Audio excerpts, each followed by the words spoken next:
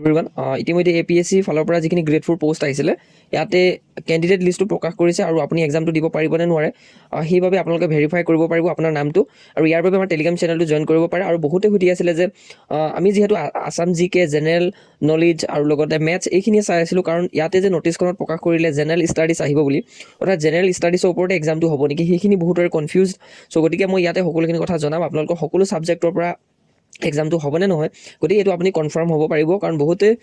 এই বিষয়টোৰ ওপৰতে কনফিউজড আছিলে আৰু আমাৰ টেলিগ্ৰাম চেনেলত বা টেলিগ্ৰাম গ্ৰুপত বহুতে কমেণ্ট কৰিছিলে বা মেছেজ কৰিছিল চ' গতিকে মই ইয়াতে জনাম যে 20টা চাকৰিৰ কাৰণে টোটেল এপ্লিকাণ্টছ কিমান হয় চাওক এপ্লিকাণ্টছৰ যদি লিষ্টটো চাই আপোনালোকে বহুত বেছি ডিম'টিভ হ'ব ইয়াত ডিম'টিভ হোৱাৰ কোনো কথা নাই মই কিছুমান কথা কওঁ আপোনালোকে জানিব পাৰিব ইয়াতে চাওক আমি 20টা চাকৰিৰ কাৰণে ইয়াতে দেখিলোঁ যে কিমান কেণ্ডিডেট এপ্লাই কৰিছে 27,613টা এইটো এটা উদাহৰণ কি উদাহৰণ হয় যে আমি এটা চাকৰিৰ কাৰণে যদি প্ৰিপাৰেশ্যন কৰোঁ আমি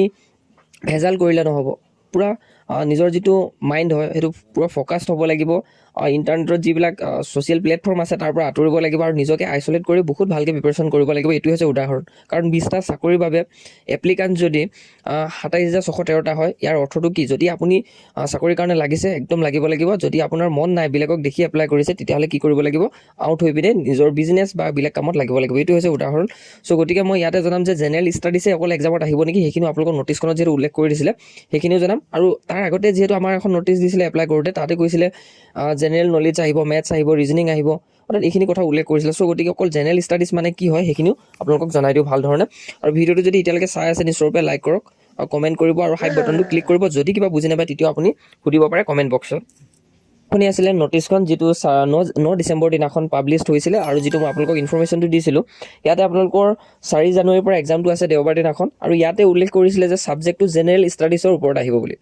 এতিয়া এই কথাটো বহুতে সুধি আছে অকল ছ'চিয়েল ছায়েন্সৰ ওপৰতে কি এক্সামটো হ'ব নেকি এনেকৈ সুধিছিলে এতিয়া চাওক যিহেতু আমি মেইন নটিফিকেশ্যন যেতিয়া এপ্লাই কৰোঁতে তাত উল্লেখ কৰি দিছিল যে প্ৰতিটো টপিকে আহিব অৰ্থাৎ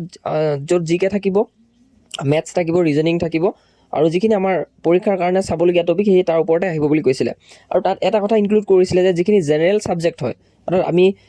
ক্লাছ 6, 7, 8, 9, 10ত পঢ়োঁতে যিখিনি আমি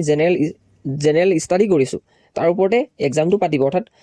6ৰ পৰা একেবাৰে আমি ধৰি লোৱা 9 ক্লাছলৈকে ধৰিছোঁ বা 10 ক্লাছলৈকে ধৰিছোঁ সেইখিনি আমি সাধাৰণ গণিত বুলি নাম কৰোঁ সাধাৰণ বিজ্ঞান বুলি কৰোঁ জেনেৰেল মেথছ জেনেৰেল ছায়েন্স এনেধৰণে লাগে